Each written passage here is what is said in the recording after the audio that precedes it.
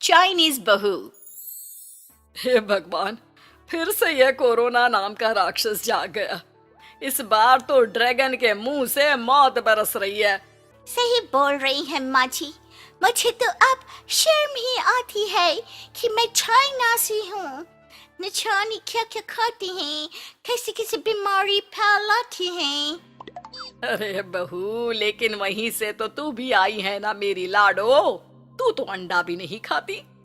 माँ जी, अच्छा खासा सब ठीक हो गया था, लेकिन पता नहीं कैसे ये फिर निकल कर आ गया। काश चाइना वालों को थोड़ी सी और अकल होती तो आज हम लोगों से अपने यूं जुदा ना हो रहे होते।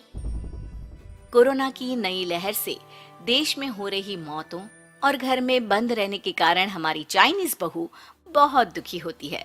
उसे लगता है कि भारत में जो कुछ भी हो रहा है वो उसी के कारण हो रहा है। अब हमारी चाइनीज बहू परेशान सी रहने लगी। अरे क्या बात है मेरी चाइनीज गुड़िया, आज तू एक्सरसाइज नहीं करेगी? अरे ना तो तूने जूस पिया है। क्या हो गया लाडो? कुछ नहीं मम्मी जी, बस अच्छा नहीं लग रहा। लोग मर रहे हैं और मैं जूस पीऊं। माँ जी, चाइना से आई ये महामारी और मैं भी तो चाइना से ही आई ना। अरे अरे बेटा, ऐसा ना सोच। सास पूरी कोशिश करती कि वो चाइनीज बहू को समझाए कि इस बीमारी के लिए वो खुद को दोषी ना समझे, लेकिन माँ जी, मैं आज खाना नहीं खाऊंगी। अब सबका खाना बना दिया है। मैं कमरे में जा रही हूँ, प्लीज डिस्टर्ब मत करना। सास ने अपनी हंसती खेलती बहू का ये रूप तो कभी देखा नहीं था, लेकिन करती भी तो क्या।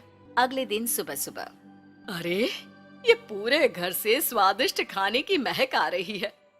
ये कौन है जो चाय बनने के वक्त लंच बनाकर तैयार कर रहा है?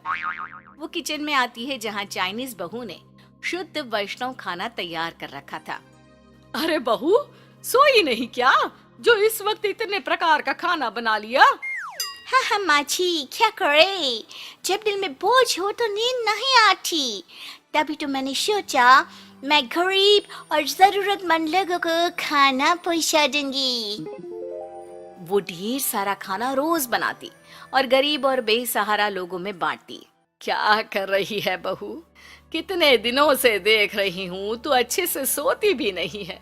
क्यों कर रही है लाडो?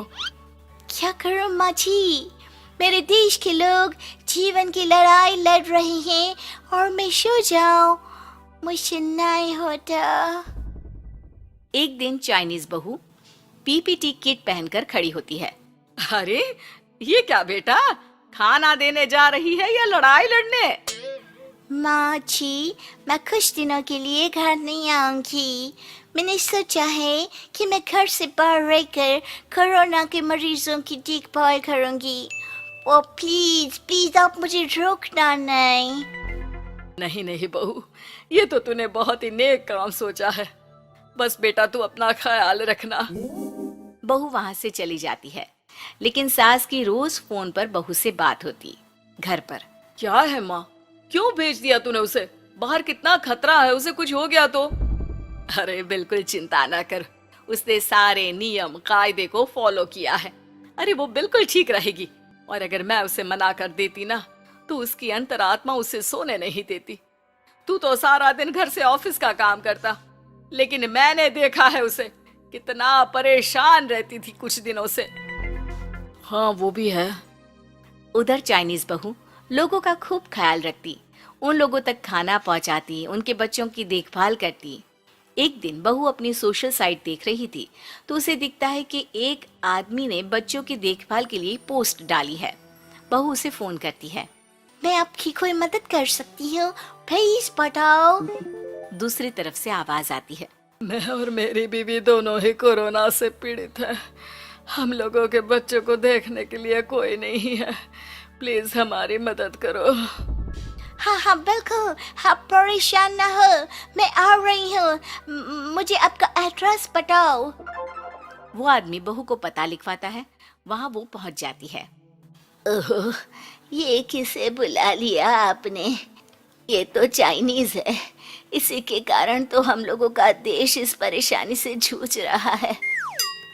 अरे पर ये तो हिंदी में बात कर रही थी। तभी बीवी की ऑक्सीजन लेवल गिरने लगती है। ये क्या हो रहा है? आप टेंशन क्यों ले रहे हैं? जल्दी से इन्हें अस्पताल लेकर जाइए। रुकिए, मैं आपको एक अस्पताल में बेड भी दिला देती हूँ।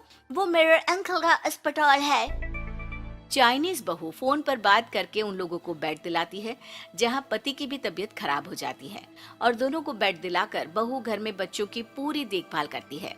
सास का बहू पर फोन आता है। अरे मेरी चाइनीज गुड़िया, कैसी है रे तू? अरे माँ, पीछे की गली में ही हूँ मैं।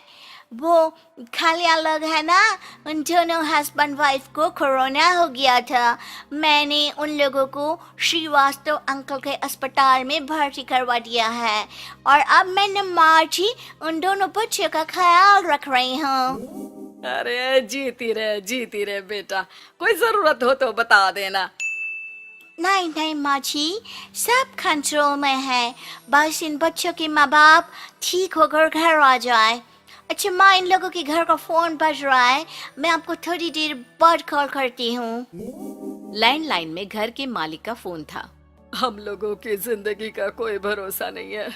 यहाँ इलाज महंगा है और हम लोगों के पास पैसे नहीं है। जितना इलाज हो सकेगा उतना ही होगा। हमारे बाद प्लीज आप हमारे बच्चों को संभाल लेना। नहीं नहीं, ऐसे मत बोलिए, मैं अस्पताल वालों से बात करती हूँ। बहू अपनी बैंक से अस्पताल वालों को पैसे दे देती है और फोन पर कहती है, मैंने आप लोगों के अकाउंट में पैसे डाल दिए हैं। इन दोनों का अच्छे से इलाज होना चाहिए।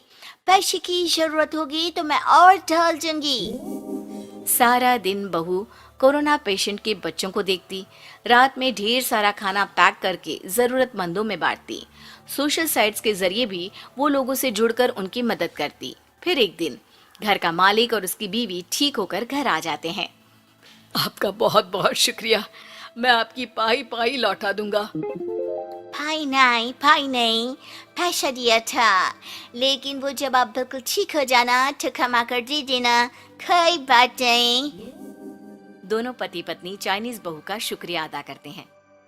आप तो हम लोगों के लिए भगवान की तरह हैं। आपका बहुत बहुत शुक्रिया। चाइनीज बहू बहुत खुश हो जाती है। वो घर आकर सास को पूरी बात बताती है। देख मेरी चाइनीज गुड़िया, तुझे चाइना का होने पर अफसोस था ना, लेकिन तूने सच्चे दिल से लोगों की सेवा करके ये बता दिया कि बेटी कहीं की भी क्यों ना हो, ससुराल आकर वो ससुराल के रंग में ही रंग जाती है। अब तो तू मेरी भारतीय बहू है। हाँ।